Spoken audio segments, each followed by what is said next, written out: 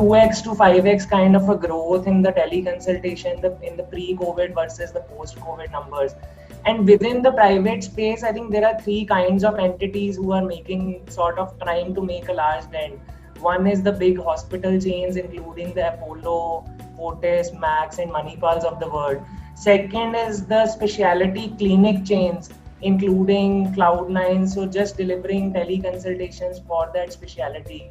And third, a bunch of startups and the digital players, including Practo, Mfine, Liberate, DocSap, etc., who had the experiments going on in last 3-4 years, but sort of COVID and the guidelines from the government and everything has given this space a lot of push. From the demand side, I think COVID has given that initial push for sure, but some of it is going to remain because as we were discussing, how many physicians would likely to stay connected to the teleconsultation. More than 60% responded that they will continue even post-COVID. In metros, more than 80% beneficiaries or patients said that they are very comfortable with teleconsultation.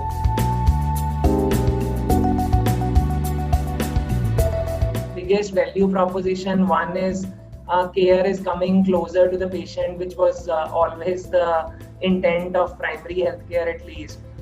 So that is happening, and a lot of crowding that is happening at the secondary and tertiary facilities, even for OPDs. I think some of that can get corrected. It's still early days, but some of that can get corrected because of the teleconsultation trends. Second is the timely access. I think even as Mathangi, you were pointing out the whole doctor specialist availability in rural areas, some of that will get sorted because you can now have a pool of doctors sitting remotely which can even cater to these tier 3, tier 4s. And thirdly, I think the triaging, both in case of COVID as well as non-COVID, some of that can happen on a teleconsultation platform before you either sort a in-person consultation or proceed with your future teleconsultation. So I think those are the three sort of use cases or propositions that this has brought in. And therefore, I think in a post-COVID world, one would start to look at the whole narrative around specialist gap and specialist deployment very, very differently, leveraging telemedicine.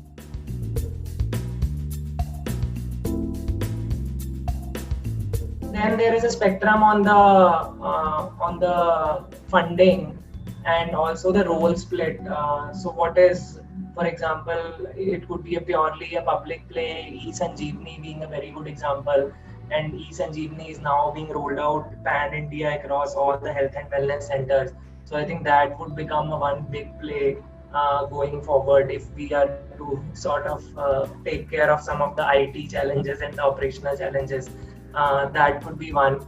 And then as you move towards the right, there are some experiments that have happened in the past. As Abhishek was mentioning, none of them has sort of scaled up or are, you can say, been super successful. Some, I think, case in points here being the Wish model in Rajasthan of the PPP in a box. They were, I think, present in more than 50 facilities.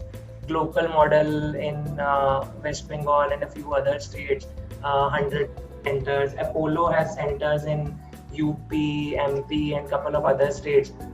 This is, I think, the most scaled up version, where I think there are again different nuances, but broadly the government provides the infrastructure. It can go to the extent of providing the HR, drugs, etc. as well. But the management and the tech platform, all of that comes from the private player. And on the extreme right are the private plays, including the startups we discussed. Glocal has some of the private play as well. So that, as we said, more suited for in the present context, more suited for a metro tier 1 kind of a play. But I think those are also, that is also changing with these players also starting to penetrate down. It's a definite advantage for the public platform because it's entirely free to the beneficiaries. So I think the scale part of it does go in their advantage. But I think three things need to be sorted out for that model to be very successful. First, ensuring the operations are seamless, including the tech platform, getting the availability of doctor in a certain duration of time, which is sort of a forte of the private players and not so much on the public side. So that needs to get sorted, and if that doesn't happen, I think the uptake will be limited. Second is the quality of doctors on the platform. As it stands now, it is only that public doctors are the same doctors who are there in PHCs and CHCs are registering on the platform. And there is no way like the private player to say this is a 5-star doctor versus this is a 3-star doctor. So the quality is, I think, another lever which needs to be sorted out on the government platform, because otherwise you are not sure what kind of doctor you would have on the platform and what kind of consultation would it be. And third is the specialist consultation. I think given that is a huge crunch overall in the public sector, how do you make that model successful to get some sort of a pool out of the in-person specialist consultations and have that model on tele? So I think those three challenges remain. If government is able to sort of figure out the answers to those three, I would say that it can have a huge scale.